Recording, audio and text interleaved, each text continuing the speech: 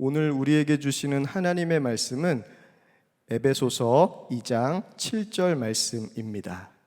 우리 한 절 말씀인데요, 우리가 한 목소리로 함께 읽겠습니다. 시작. 이는 그리스도 예수 안에서 우리에게 자비하심으로써 그 은혜의 지극히 풍성함을 오는 여러 세대에 나타내려 하심이라. 아멘. 여러분, 은혜 받는 것보다 더 좋은 일이 있을까요? 있다면 그거 찾아야 됩니다. 제가 평택에서 개척하고 목회할 때 부활절이면 전교인들과 함께 부활란을 가지고 교회 근처에서 복음 전도를 했습니다. 그때 저희 교회에서 세례 받으시고 처음으로 신앙생활 하신 분도 함께 전도에 나갔는데, 그분이 전도하고 들어오셔서 저에게 이렇게 말씀하시더라고요. 목사님, 전 다시는 밖에 나가서 전도하지 않을 겁니다. 정말 제가 나쁜 일 한 것도 아니고 나 좋으라고 한 것도 아니고 자기들 좋으라고 복음 전한 건데 저에게 짜증을 내요. 좋은 일 하고 욕 먹으면 되겠습니까? 그래서 저는 다시는 전도 안 나가겠다는 그런 고백을 하더라고요. 처음 이제 예수님 믿었으니까 그렇게 반응하시는 것도 이해가 되었습니다. 분명한 거는 이분에게는 복음이 어떤 거죠? 전해도 되고 안 전해도 되는 그런 거였습니다. 만약에 십자가의 은혜의 눈이 활짝 열렸다면 어땠을까요? 아직 이분은 십자가의 은혜가 다 무엇인지 몰랐던 것 같습니다. 제가 첫 목사 안수를 받고 처음으로 부목사를 부평이라는 곳에서 시작을 했습니다. 근데 그 교회는 한국교회에서 복음 전도의 선봉을 쓰기 위해서 애를 쓰는 교회였어요. 그래서 모토가 있었습니다. 365일 전도하는 교회였어요. 그래서 토요일마다 온 교역자들과 그리고 장로님들과 그리고 일부 성도님들이 토요일마다 이제 그 부평에 있는 문화의 거리라는 곳에서 이제 찬양하고 거리 전도를 매주 이제 교역자들이 토요일 저녁이면 했습니다. 그래서 그날도 저는 이제 전도하기 위해서 노방 전도하고 복음 선포하고 이제 짝을 이뤄서 복음을 전하러 한 전도사님과 갔습니다. 복음을 전하러 갔는데 한 곳에 청소년들 남자아이들이 이렇게 우르르 몰려 있는 거예요. 그래서 제가 그 아이들이 눈에 밟혀가지고 그 자리로 갔습니다. 그래서 그 아이들에게 하지 말아야 될 말을 했습니다.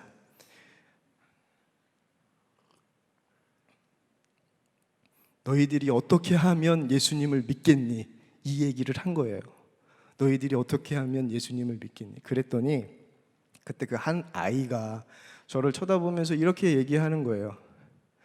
무릎 꿇고 얘기하면 믿어볼게요. 그때 제 옆에 있던 전도사님이 저에게 다가오더니 귀에다 대고 이렇게 이야기했습니다. 목사님, 장난치시는 거 아시죠? 무릎 꿇지 마세요.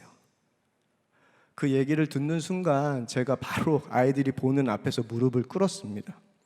그리고 복음을 전했어요. 그랬더니 정말 놀라웠습니다. 아이들이 내일 교회에 나오겠다는 거예요. 할렐루야. 믿을 수가 없어서 제가 얘기했습니다. 저에게 무릎 꿇으라고 했던 그 아이에게 제가 이렇게 얘기했어요. 그러면은 전화번호 달라고. 그랬더니 흔쾌히 전화번호를 주더라고요. 그렇게 하고 전화번호를 받고 교회로 돌아왔습니다. 그리고 그 다음날 제가 전화를 걸었죠. 그랬더니 익숙한 소리가 들리는 거예요. 전화를 했더니 지금 거신 전화는,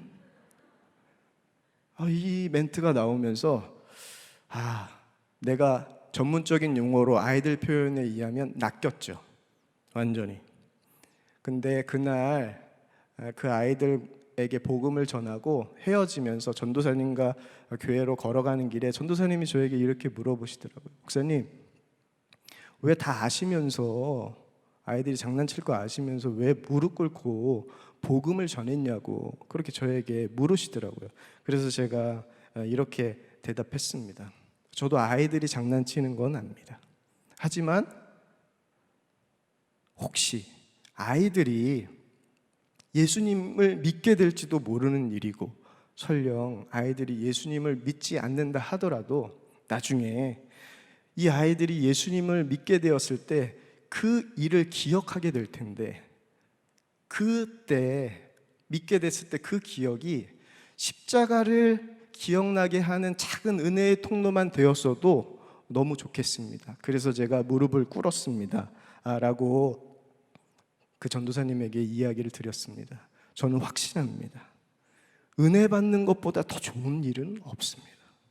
이 진리를 전하기 위해서 제가 4주간의 은혜 위에 은혜 시리즈를 전했는데요. 척 콜슨이 쓴 누가 하나님을 대변할 것인가 라는 책에는 미국의 대법관인 윌리엄 본 트레이저라는 대법관 이야기가 나옵니다.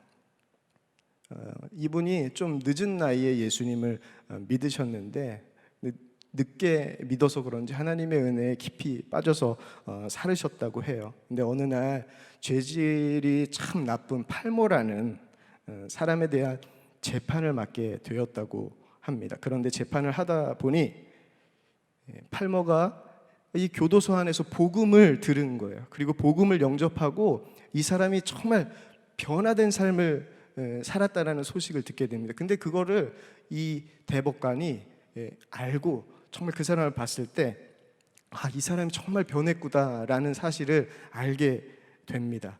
그런데 그가 공인이었기 때문에 어떻게 도울 것인가 고민을 많이 했다라고 해요.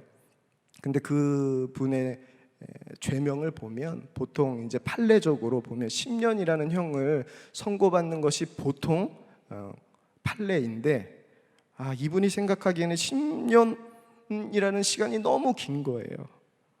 그래서 교도하기는커녕 이 10년이라는 세월이 이 사람을 망칠 수도 있겠다라는 생각을 하고 고민합니다. 그리고 하나님 앞에 금식하면서 기도하기 시작해요. 그리고 중대한 결정을 하게 됩니다.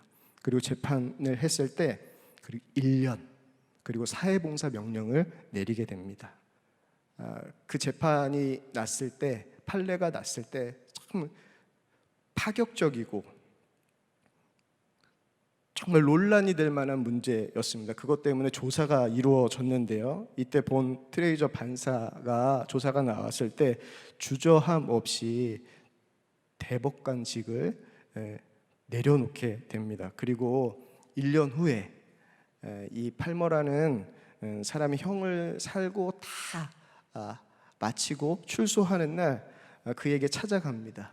출소하는 날 다가가서 그 사람이 나올 때 안아줘요. 안아주고 그 안아줬을 때 이 팔머라는 사람은 눈물을 흘리면서 이 대법관에게 이렇게 말했다고 해요. 판사님, 저에게 이렇게까지 할 필요는 없으셨을 텐데, 이렇게까지 하실 필요는 없었는데, 이 말을 했다고 합니다. 그때 그 말을 들은 이 대법관인 본 트레이저 판사는 그를 향해서 이렇게 얘기했다고 해요. 이렇게까지라뇨. 주님은 형제와 나를 구원하시기 위해 목숨까지 주셨는데요. 그 말을 듣고 그는 눈물을 흘리면서 그 판사님의 손을 잡고 일어나면서 이렇게 얘기했다고 합니다. 실망시켜드리지 않겠습니다. 최선을 다하겠습니다. 그리고 그 팔머라는 사람은 그 판사와의 약속을 지키고 정말 변화된 삶을 살았다고 합니다. 여러분, 미국의 대법관은 종신직입니다. 말할 수 없는 명예의 자리이죠. 그것을 한 죄인을 위해서 포기했어요. 도저히 이해할 수 없는 일이죠. 어떻게 그런 일이 일어날 수 있습니까? 자신에게 부어주신 하나님의 은혜가 그보다 더 컸다라고 믿어지는 사람은 자신의 모든 것도 다 내어놓고 그분 앞에 나아가게 됩니다. 바다 같은 하나님의 은혜를 받고 정말 작은 것 하나 드리지 못하는 우리와 달리 정말 은혜 받은 증거는요, 자신의 모든 것까지도 내어놓는 분명한 증거가 일어나게 됩니다. 은혜를 깨닫게 되면 자신이 무엇을 해야 할지, 어떻게 살아야 할지가 너무나도 분명해집니다. 은혜를 흘려보내는 삶을 살게 되고 은혜를 전하는 삶을 살게 됩니다. 제가 이번 수요 예배 시리즈 은혜 위에 은혜를 준비하면서 제가 은혜 받았던 시점부터 해가지고 지금 목회하기까지의 그 시간들을 쫙 돌아보는 시간을 가졌어요. 지금까지 하나님께서 저를 인도하셨던 그 은혜들 앞에 제가 서게 되니까 제가 어떤 일이 일어나냐면 그 은혜 안에 다시 들어가는 거예요. 그 은혜 안으로 제가 다시 들어가는 거예요. 그러면서 하나님께서 저에게 깨닫게 하신 게 있습니다. 받은 은혜를 기억했을 뿐인데 그 은혜의 힘은요, 지금도 저를 주체할 수 없을 정도로 붙들고 있고 가게 하고 있고 일어서게 한다라는 사실입니다. 사랑하는 성도 여러분, 은혜의 힘은요 결코 사라지지 않습니다. 영원합니다. 십자가가 그 분명한 증거잖아요. 십자가가, 우리가 십자가를 바라보는 이유가 무엇입니까? 십자가를 바라보며 우리가 하나님의 사랑에 감격하는 이유가 무엇입니까? 십자가 은혜는 그 자체로 영원한 힘을 가지고 있습니다. 2000년 전에 예수님께서 우리에게 보여주셨던 그 십자가가 지금에도 놀랍게 역사하는 것은 지금도 그 은혜가 영원히 살아있기 때문에 그렇습니다. 은혜는 영원하고요, 그 은혜의 힘도 영원하기 때문에 우리가 십자가를 바라보면 다시금 회복되는 것입니다. 일어설 수 있는 것입니다. 그래서 이 은혜의 눈이 열렸던 바울은 자신의 삶을 이렇게 고백해요. 고린도전서 2장 2절입니다. 내가 너희 중에서 예수 그리스도와 그가 십자가에 못 박히신 것 외에는 아무것도 알지 아니하기로 작정하였습니다. 그리고 갈라디아서 6장 14절에는 이렇게 고백합니다. 그러나 내게는 우리 주 예수 그리스도의 십자가 외에 결코 자랑할 것이 없으니. 십자가 외에는 알 것도 없고 십자가 외에는 자랑할 것도 없다라고 고백합니다. 왜 그렇습니까? 이유는 단 하나죠. 은혜보다 더 좋은 게 없기 때문에 그렇습니다. 은혜보다 더 좋은 게 없기 때문에 그래요. 그래서 은혜를 받으면 가만히 있지 못합니다. 은혜를 받으면요 전하고 싶어집니다. 바울이 그랬잖아요. 지난 주일 32기 제자훈련 수료식을 이 본당에서 했습니다. 코로나 때문에 본당에서 하는 이 수료식이었지만 그 수료식에 참여하면서 참 은혜가 제 안에 임했습니다. 그 은혜의 기쁨을 나눌 때 그 은혜를 듣는 것은 정말 듣는 사람에게도 은혜가 되죠. 그때 한 남자 집사님께서 이렇게 고백을 하셨어요. 내가 나는 죽고 예수로 사는 십자가의 복음이 정말 믿어지니까 이상한 일이 제 안에 일어났는데 복음을 전하고 싶어졌다는 거예요. 그러면서 그분께서 이렇게 고백했어요.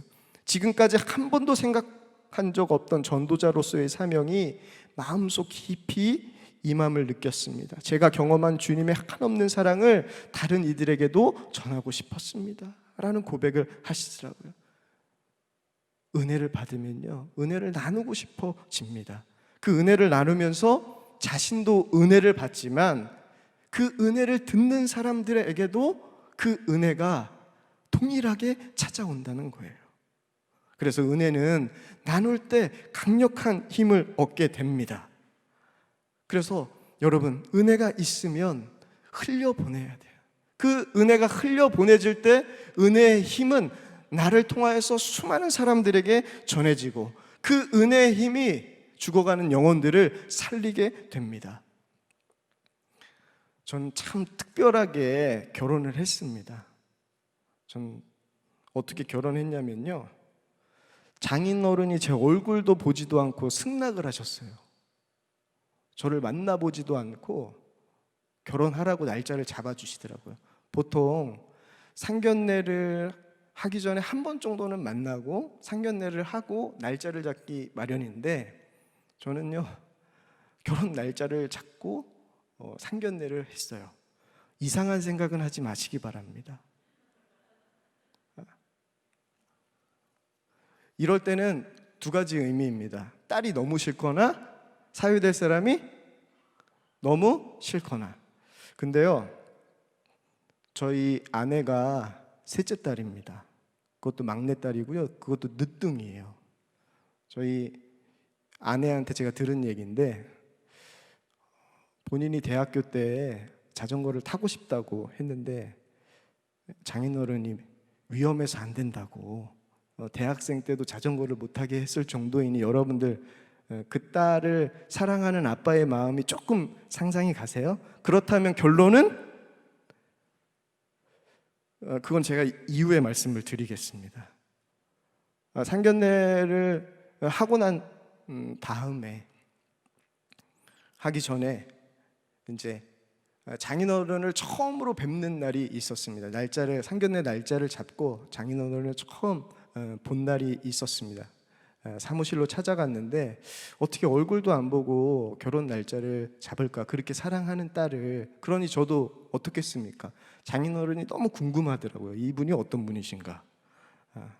저는 처음 뵀던 날 아직도 잊을 수가 없어요. 그분이 저를 가볍게 맞아주시고 인사해 주시고 난 다음에 이렇게 이야기하시더라고요.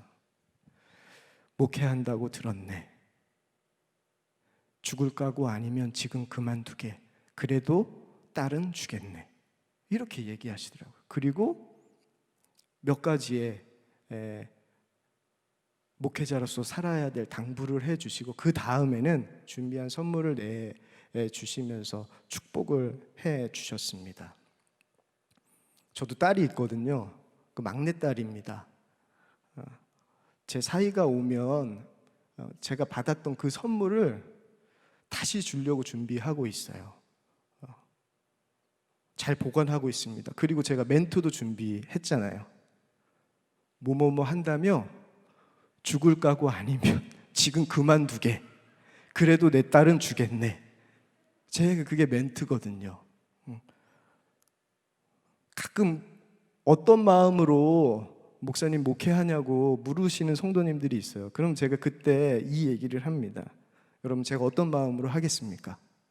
죽을 각오로 하고 있습니다. 이렇게 대답을 했거든요. 장로님이셨습니다. 장인어른 장로님이셨는데 제 믿음, 제 인품, 제 학력, 제 집안 아무것도 보지 않으시고 단 하나 보셨어요. 그냥 제가 믿음 있다는 거 하나 보시고, 그리고 신학교 다닌다라는 사실 하나 아시고 딸을 주셨어요. 제가 이렇게 결혼하는 거를 저희 아버지가 보셨어요. 믿음 없는 아버지가 보시면서 저에게 이렇게 말씀하셨습니다. 동효가, 너는 처가에 무조건 잘해야 된다. 저런 분들 없다. 내가 결혼한 이유는 단 하나야. 남자라는 이유. 그분에겐 믿음이 없잖아요. 그러니까 그분에게는 남자라는 이유 하나만으로 너에게 딸을 준 거야. 그러니 너는 무조건 처가에 잘해야 된다. 저도 잘하고 싶었거든요. 근데 믿지 않는 아버지가 믿는 가정에게 잘하라고 하니까 그게 저는 너무 좋았고, 그것보다도 제가 너무 행복했던 것은, 장인어른을 만나고 너무 행복했던 것은 진짜 믿음의 어른을 내가 이제 만났구나라는 생각이 들었어요. 그때부터 장인어른이 저는 좋아지기 시작했습니다. 그리고 이제 나도 믿음의 아버지가 생긴다는 것이 제가 그렇게 기쁘더라고요. 결혼을 준비하면서 그래서 제가 이런 다짐을 했어요. 너무 행복해가지고 장인어른과 장모님의 호칭을 바꿨습니다. 그래서 제가 결혼하고 난 이후에 한 번도 장인어른, 장모님이라는 호칭을 사용한 적이 없어요. 이렇게 외부에서 말을 하게 될 때 사용하지 아버지, 어머니라고 불렀고, 이거는 그분들에게도 그때는 말은 안 했는데 마음속으로 이렇게 다짐을 했습니다. 절대 노하지 않고 예스 하겠다. 제가 막내 사이잖아요. 그럴 수밖에 없더라고요. 네, 해야 되겠더라고요. 그래서 예스 하기로 결정했습니다. 제가 장인어른한테 그 하나, 다른 거 아무것도 안 보고 믿음 하나 보고 자기 딸 주는 걸 보면서 제가 너무 깊은 감동을 받았습니다. 거기서 하나님의 사랑을 제가 보았어요. 은혜를 받으면 이렇게 따르고 싶고 전하고 싶어집니다. 그리고 나누고 싶어져요. 이게 은혜 받은 분명한 증거예요. 17세에 극약을 마시고 자살을 시도한 아이가 있었습니다. 다행히 죽지 않았고 병원에 있을 때 인도 델리에 사는 한 크리스천이 그의 어머니에게 성경책을 주었습니다. 그리고 아들에게 요한복음 14장부터 읽어주라고 그렇게 말하고 갑니다. 근데 그의 어머니가 그 전도자의 말대로 요한복음 14장부터 읽어주었어요. 근데 아들은 말씀을 듣는 중에 요한복음 14장 9절 말씀이 그 아들의 마음속에 확 왔다고 해요. 그 14장 9절 말씀이 뭐냐면 내가 살아있고 너희도 살아있겠음이라. 이 말씀이 그 아이의 마음을 치게 됩니다. 그리고 그날로 기도하고 예수님을 구주로 영접하게 돼요. 그러면서 그가 이렇게 기도했다고 합니다. 예수님 당신이 생명을 주시는 분이 확실하다면 저에게도 그 생명을 주십시오. 그리고 제가 이 병원에서 무사히 나가게 해 주십시오. 그러면 저는 평생 진리를 추구하고 전하는 일에 매진하겠습니다 라고 기도합니다. 근데 한 사람이 건네준 성경책, 한 사람을 위대한 하나님의 사람으로 만들게 됩니다. 이 사람이 누구냐 하면 이 시대 최고의 기독교 변증가였던 라비 제커라이어스의 이야기입니다. 전도자가 한 일이 무엇이죠? 성경책을 건네주고 요한복음 14장부터 읽어주세요 라고 했습니다. 근데 그 일을 통하여서 전 세계의 수많은 사람들이 라비 제커라이어스의 메시지를 듣고 예수님을 영접하는 일들이 일어나요. 이 시대의 최고의 기독교 변증가로 하나님 앞에 사용을 받게 됩니다. 그가 어떻게 해요? 성경책을 전도자로 이름도 모르는 전도자로부터 받았고 그 말씀을 읽는 순간 하나님의 놀라운 역사가 일어나기 시작한 거예요. 우리가 복음 전하는 게 어려울 수 있습니다. 복음을 설명하는 건 더 어려울 수 있습니다. 하지만 우리는 또 성경은 건넬 수 있습니다. 그리고 이렇게 얘기할 수 있습니다. 여러분도 요한복음 3장 16절을 읽어주세요. 이렇게는 이야기할 수 있죠. 요한복음부터 읽어주세요. 이렇게는 이야기할 수 있습니다. 이것이 은혜를 전하고 은혜를 흘려보내는 삶이죠. 어떻게 이 삶을 삽니까? 받은 은혜가 분명하기 때문에 그래요. 전해야 할 분명한 증거, 이 은혜를 분명히 누린 사람은요 그 은혜를 담습니다. 제가 이 이야기를 어디에서 받게요? 그분이 이 이야기를 담아놨어요. 믿음의 이유라는 책에 이 이야기를 담아놨기 때문에 제가 이 이야기를 여러분들에게 드릴 수 있는 겁니다. 여러분, 기억되지 않는 은혜는 사라져요. 그 은혜의 힘은 사라지게 됩니다. 담으면 얼마든지 전할 수 있고, 담으면 얼마든지 흘려보낼 수 있고, 담으면 그 은혜의 힘을 누릴 수 있고 발휘할 수 있게 됩니다. 전해야 할 분명한 증거인 은혜를 담고 흘려보내는 곳이 있어요. 두 가지를 동시에 할 수 있는 곳이 있습니다. 어딘지 아세요? 예수 동행일기예요. 나눔방입니다. 내가 받은 은혜를 담고 내가 받은 은혜를 흘려보낼 수 있는 곳, 그것이 바로 예수 동행일기입니다. 여러분, 선한 목자교회 부목사로 예수 동행일기를 쓴다는 것은 어떤 의미일까요? 부목사가 예수 동행일기를 쓰는 것은 어떨 것일 것 같습니까? 제가 선한 목자교회 부임하기 전에는 예수 동행일기 한 번도 써본 적이 없습니다. 일기 자체를 쓴 적이 거의 없었던 것 같아요. 그런데 이곳은 동행일기를 쓰면서 예수님과 동행해야 한다고 하더라고요. 그래서 제가 결심했습니다. 이 교회에 오면서 써준다. 목사로 사역을 감당해야 하니까요. 일주일에 체면은 있으니까 5번 써준다. 이런 마음으로 제가 동행일기를 처음 쓰기 시작했습니다. 이제는 말할 수 있을 것 같습니다. 저희 교회는 일주일에 한 번씩 목사님들이 모여가지고 목사 밴드를 합니다. 여러분도 밴드 하시죠? 거기서 함께 기도하는 시간을 갖습니다. 함께 모여서 기도하는데 목회 이야기도 함께 나누고 서로의 기도의 제목을 나누고 기도하게 되죠. 목사 밴드 하는 어느 날이었습니다. 제가 부임하고 얼마 되지 않았어요. 한 100일도 안 됐을 쯤이었습니다. 담임 목사님께서 그날 몇 가지 이야기를 하시면서 저희 부목사들을 질책하시더라고요. 그래서 잘 질책을 들었습니다.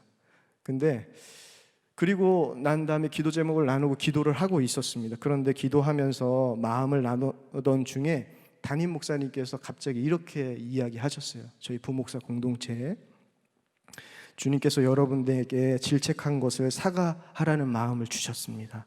그래서 제가 사과합니다. 용서해 주시기 바랍니다. 충격받았어요. 제가 그날 어떻게 담임 목사님이 사과를 할 수가 있을까? 부임하고 얼마 되지 않은 날이어서 유 목사님이 정말 좋은 분이라는 이야기를 듣고 왔거든요. 근데 저에게는 책으로 만난 유 목사님, 그리고 설교자로서 만난 유 목사님이었지, 정말 이분이 어떤 분이신지는 이제 점점 조금씩 알아가는 단계였는데, 이 사건을 통해서 제가 써준다라는 생각을 버렸습니다. 써준다라는 생각을 버리고 따른다라는 생각으로 바뀌게 되면서, 이때부터 제가 예수 동행 일기에 진짜 은혜를 담기 시작했던 것 같아요. 그리고 주 5회 써준다가 아니라 주 7회를 쓰기 시작했습니다. 담임 목사님을 통하여서 하나님의 은혜가 무엇인지, 예수님으로 사는 게 무엇인지 직접 보게 되고 그 사건을 겪게 되니까 저도 동일하게 나는 죽고 예수로 살고 싶은 마음이 들더라고요. 제가 이번 설교를 준비하면서 예수님과 동행하는 제 삶 가운데 놀랍게 변화된 것 무엇일까? 그것을 나누고자 이 자리에 섰는데, 예수 동행일기 쓰면서 정말 주님과 동행하는 눈이 제 삶 가운데 조금씩 열리기 시작하면서 제 삶에 정말 놀라운 변화들이 일어나기 시작했습니다. 평택에서 목회하면서 고질적으로 늘 습관적으로 지었던 죄들이 사라지기 시작했습니다. 그리고 제가 이 교회에 와서 너무 기쁘고 행복한 건요, 부목사의 꿈이 여러분들 뭔지 아세요? 부목사의 꿈은 담임 목사입니다. 언제 담임 목사 될까? 이게 부목사의 꿈인데 언제 어떤 임지를 나갈까? 근데 제가 나는 죽고 예수로 사는 십자가 복음 앞에 서 보니까 가야 할 곳이 정해졌더라고요. 담임 목사 자리로 가야 되는 게 아니라 돌짝밭을 가야 되는 거더라고요. 제가 이 교회에 와서 예수님과 동행하면서 목회자로서, 목사로서 가장 큰 자유함을 누린 그 기쁨은 임지에 대한 자유함입니다. 임지에 대한 자유함이 제 마음속에 오니까요, 다른 부목사님들이 사랑스러워져요. 지금 저희 부목사님들 계신데, 예전에는 저기 있는 부목사님들이 경쟁 상대자였거든요. 나보다 설교를 잘하면 안 되고, 찬양을 잘하면 안 되고, 얼굴이 잘생기면 안 되고, 유머가 뛰어나면 안 되고. 근데 예수동행 일기를 통해서 임지에 대한 자유함이 있으니까 어차피 돌짝밭은 누가 가야 되는 겁니까? 제가 가야 되는 거라고 하나님 앞에 고백하니까 저분들이 좋은 데 가면 되지. 그 마음이 있으니까 목사님들이 사랑스러워지고, 첫 번째 부목을 할 때는 다른 부목사님들 이겨야 되니까 제가 기도를 안 했어요. 경쟁 상대자니까. 근데 이제 기도가 돼요. 우리 부목사님 정말 예수님과 동행하는, 그래서 정말 한국교회에서 쓰임받을 수 있는 주의 종들로 다 함께 섰으면 좋겠다라는 기도가 나와요. 제가 받은 가장 큰 목사로서의 은혜는 그거입니다. 그리고 난 이후에 제가 주님과 동행하면서 받은 은혜가 너무 큰데, 지난주에 본가에 내려갔습니다. 장로님이신 외삼촌을 만났거든요. 근데 이분이 동행일기 어떻게 쓰는 거냐고 저에게 물어보시는 거예요. 그래서 제가 이렇게 얘기했습니다. 날마다 받은 은혜를 적으시면 됩니다. 그리고 한 가지 팁을 더 드리면 잘못한 것도 쓰시면 됩니다. 근데 이분이 이렇게 질문하시더라고요. 맨날 넘어지는데 그거 똑같은 거 쓰면 너무 창피하지 않냐고. 어떻게 나누냐고 그렇게 솔직하게 조카인 목사한테 물어보더라고요. 그래서 제가 삼촌이신 장로님께 이렇게 말씀하셨습니다. 죄를 깨닫는 것이 은혜입니까? 죄를 감추는 것이 은혜입니까? 죄를 고백할 때 우리가 죄를 이길 수 있습니다. 죄를 고백할 때 용서받고 죄에서 멀어지고 죄와의 싸움에서 이길 수 있습니다 라고 말씀을 드렸어요. 오늘도 이 자리에서 나라를 위한 기도 모임 말씀과 순명이 있었습니다. 근데 2월 12일 양재 온누리교회에서 그 모임이 처음으로 시작이 되었는데요. 그때 설교자로 쓰셨던 분이 남서울 은혜교회를 담임하셨던 홍정길 목사님이셨어요. 그때 홍정길 목사님께서 하나님께로 돌아가자라는 제목으로 말씀을 전하셨는데, 그때 홍 목사님께서 자신의 은사인 박윤선 목사님에 대한 한 가지 일화를 이야기하신 게 제 마음속에 아직도 기억이 돼요. 그때 홍 목사님께서 직접 하셨던 말투 그대로를 제가 담아왔는데 제가 한번 여러분들께 읽어드릴게요. 제 은사이신 박윤선 목사님이 80되시던 생일을 제자들이 축하하는데 한마디 해달라고 그렇게 말씀했더니 일어나셔서 말씀을 이렇게 시작합디다. 80년 묵은 이 흉악한 죄인이, 이렇게 시작하셨다고 하면서 홍 목사님 깜짝 놀랐습니다. 그리고 이렇게 겸손하신 분이 있는가 놀라셨다고 하셨어요. 그런데 제가 지금 그 나이가 되어 보니 그분이 겸손한 게 아니라 그분이 진실한 분이셨다라는 것을 깨달았다고 고백하는 그 장면이 저에게는 깊은 인상으로 남았습니다.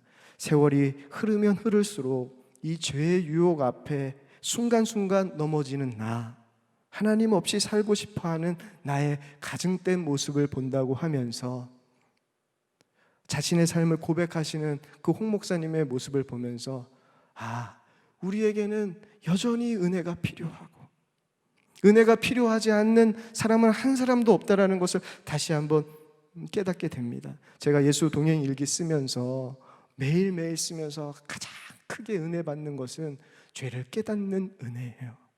하루를 돌아보면서 제가 어떻게 살았는지, 그런 나를 지금도 봐주시고 그런 나를 지금도 보호하시고 그런 나를 지금도 인도하시는 그 하나님의 사랑이 느껴져요. 그래서 동행일기를 쓸 때마다 우는 시간이 참 많은 것 같아요. 근데 그 눈물이 저를 새롭게 하고 계속해서 은혜 안에 거하게 했습니다. 그 은혜 안에 거할 때 저는 어떤 것도 어떤 상황도 나를 사랑하시는 우리 주 예수 그리스도의 안에서 있는 하나님의 사랑을 끊을 수 없다라는 확신이 점점 들어요. 더 들어요.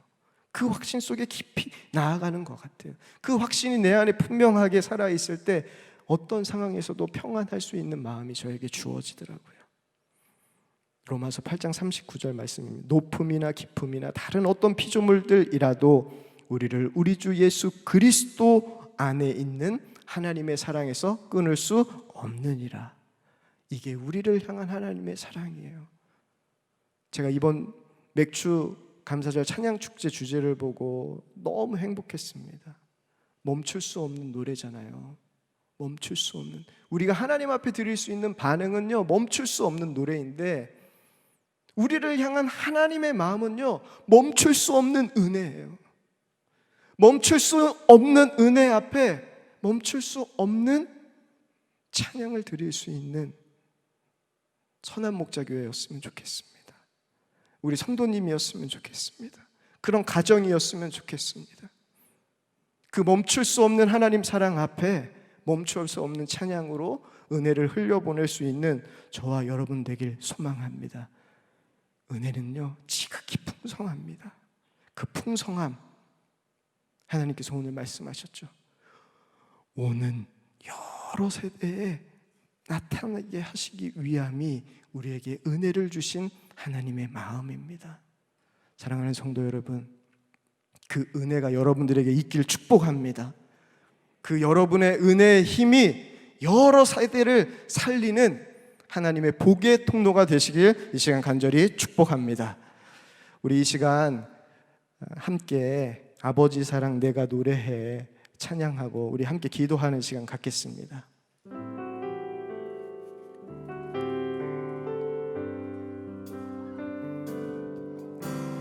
아버지 사랑 내가 노래해, 아버지 은혜 내가 노래해. 그 사랑 변함없으신 거짓 없으신 성실하신 그 사랑, 상한 갈대 꺾지 않으시니 꺼져가는 등불 끄지 않는 그 사랑, 변함없으신 거짓 없으신 성실하신 그 사랑,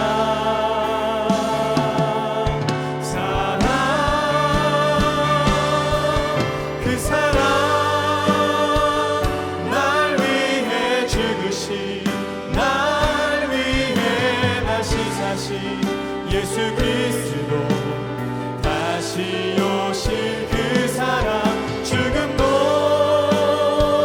생명도 천사도 하늘의 어떤 권세도 끊을 수 없는 영원한 그 사랑, 예수 아버지 사랑, 아버지 사랑 내가 노래해, 아버지 은혜 내가 노래해. 그 사랑 변함없으신 거짓 없으신 성실하신 그 사랑, 상한 갈대 꺾지 않으시니 꺼져가는 등불 끄지 않는 그 사랑, 변함없으신 거짓 없으신 성실하신 그 사랑,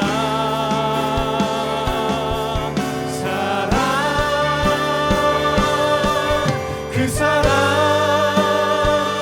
날 위해 죽으신, 날 위해 다시 사신 예수 그리스도 다시 오실 그 사랑, 죽음도